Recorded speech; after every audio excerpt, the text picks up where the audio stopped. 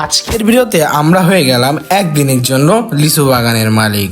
Hello everyone, আসসালামু আলাইকুম। তো আজকে আমরা চলে যাচ্ছি প্রথমবারের মতো লিচু বাগানে লিচু খেতে। তো আমরা বেরিয়ে পড়লাম সকাল সকাল লিচু বাগানের উদ্দেশ্যে।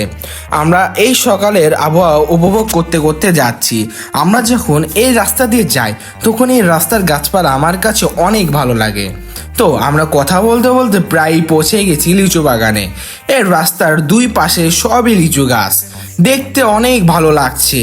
তো আমি গাড়ি থেকে নেমে দেখলাম আমার পাশে একটা বড় লিচু গাছ, সেখানে অনেক লিচু ধরেছে, তাই আপনাদেরকে দেখালাম।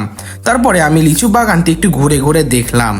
এত এত লিচু দেখে আমার জিহ্বায় জল চলে আসলো, আর লোভ সামলাতে না পেরে লিচু পেরে খেতে লাগলাম।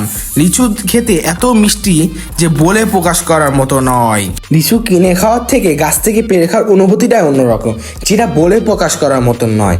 আমি লিচু বাগানে আসার পর শুধু বন বন করে ঘুরে বেড়াচ্ছি আর লিচু খাচ্ছি।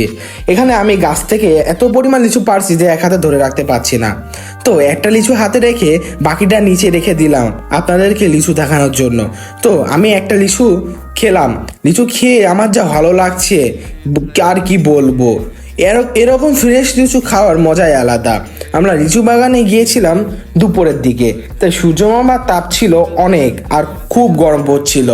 তো আমি লিচু বাগানের ঘোরাঘুরি শেষে চলে যাচ্ছিলাম লিচু গুনতে, কারণ এই লিচুগুলো গুনে আমরা বাসায় নিয়ে যাব। এই যে আমরা একটা গাছের নিচে বসে সবাই লিচু গুনছি। এখানে আমার আব্বু, দাদা, খালা, খালো লিচু গুনছিল, আর আমি এত সুন্দর দৃশ্য উপভোগ করছিলাম আর ভিডিও করছিলাম। এখানে দেখি সবাই আবার লিচু গাছ থেকে আরও লিচু পাড়ছিল, আমি সেটা দাঁড়িয়ে দাঁড়িয়ে দেখছিলাম। তো আমি এখানে দাঁড়িয়ে দাঁড়িয়ে লিচু পাড়া দেখি। তোমরা আমার নেক্সট ভিডিওর জন্য আমাকে ফলো করো। বাই।